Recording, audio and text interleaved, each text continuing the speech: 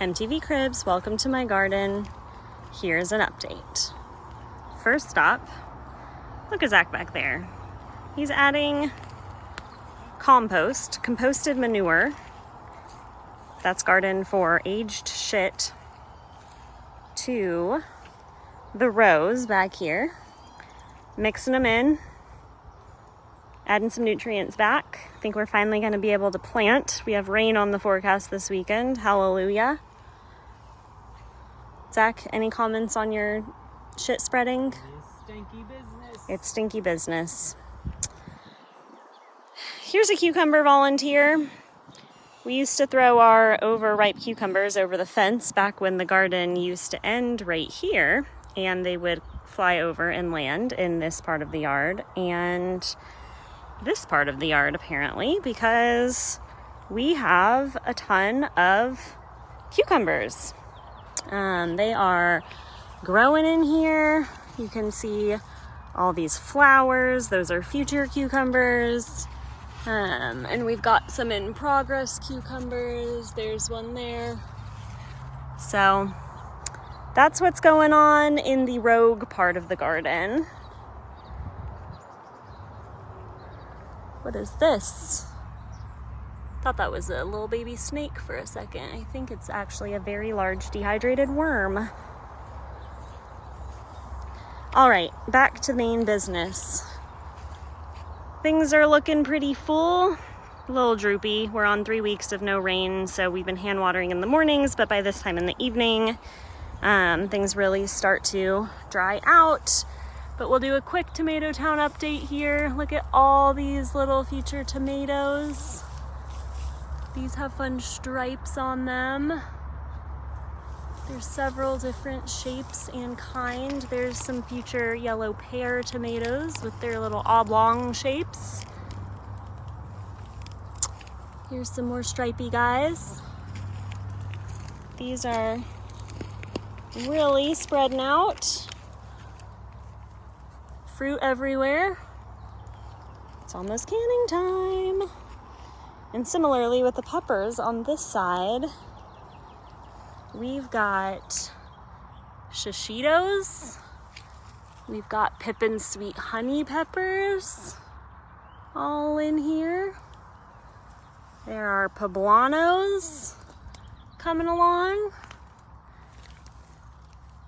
There are several peppers I haven't labeled yet, and I'm not sure what they are, but all still green. Better figure that out soon. Here's the fish pepper progress. These have those fun variegated leaves, and you can see the peppers are also growing variegated. We didn't get fruit on these last year, so I don't know if that's normal or not, but it's interesting. Got a purple bell pepper hiding in there. And then, oh yes, front Tomato Town. These are the Romas. We are about to have so many tomatoes for sauce. These are the tomatoes that are what they call paste tomatoes. They make nice and creamy puree. So those will become soup and sauce and all kinds of things. The thyme is still giant and taking over everything. Got some blooms in our calendula. This is the Pacific Beauty calendula. It's a new one we grew this year.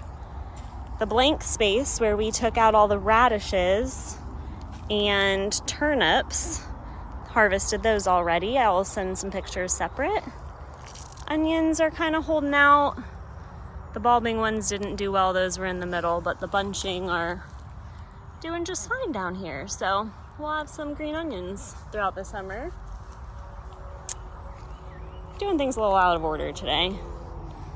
Here's the spinach looking fried and sad, but still have some leaves on there we'll pull off for spinach salad.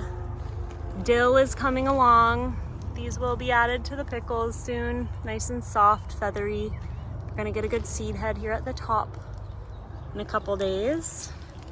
This is the Chimsai, the Asian super green.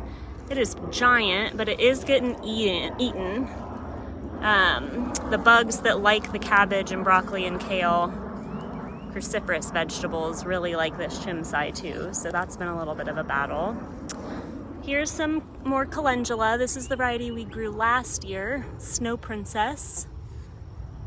We'll start taking those flower heads soon to steep in oil to turn into lotions and things. Rainbow chard's really leafed out. Could probably use to pick some of that for dinner.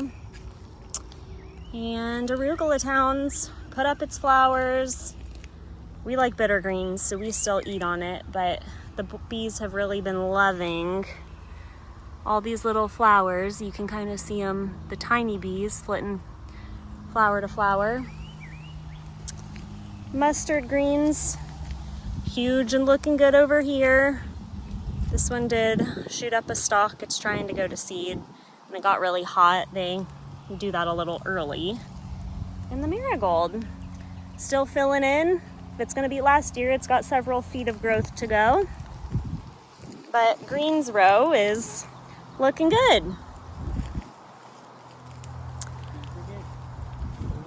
Oh my gosh, bonus corn, you all. We don't know how this happened. Probably a bird or something. Something spread a corn seed. This row is where we had corn planted last year, that strawberry popcorn. And right off the end of it, there's one corn stalk that's growing up out of the pathway along with some grass. So we'll have to hand pollinate him if he grows big enough to produce a flower. Might have an ear of popcorn in the near yard. All right, Richard, here's your cantaloupe patch update. It's taking over everything again. Cantaloupes are growing. It is filled with cantaloupe, this whole patch. You can see a couple more right down in there. Counted 13 so far. Zach has counted 13 melons. Please buy plane tickets. We cannot eat this many melons. This is an update on Cilantro Town. It is now Coriander Town. Cilantro, if you eat the leaves, if you let them produce flowers and then wait for the flowers to turn to seed, that's coriander. So we are still picking some of the lower leaves off. Again, we like bitter taste, so don't mind if the leaves are a little extra soapy flavored, but this will all be let mature and dried, and then we will jar up some coriander. We'll use it in our pickles, and probably have to learn what else we can cook with coriander. And then in the middle of this patch, there's a little update on the kale. Cabbage worms finally found it. You can see they munched away on the new leaves, but there are still some edible greens in there. Ground cherries. Oh, ground cherry update.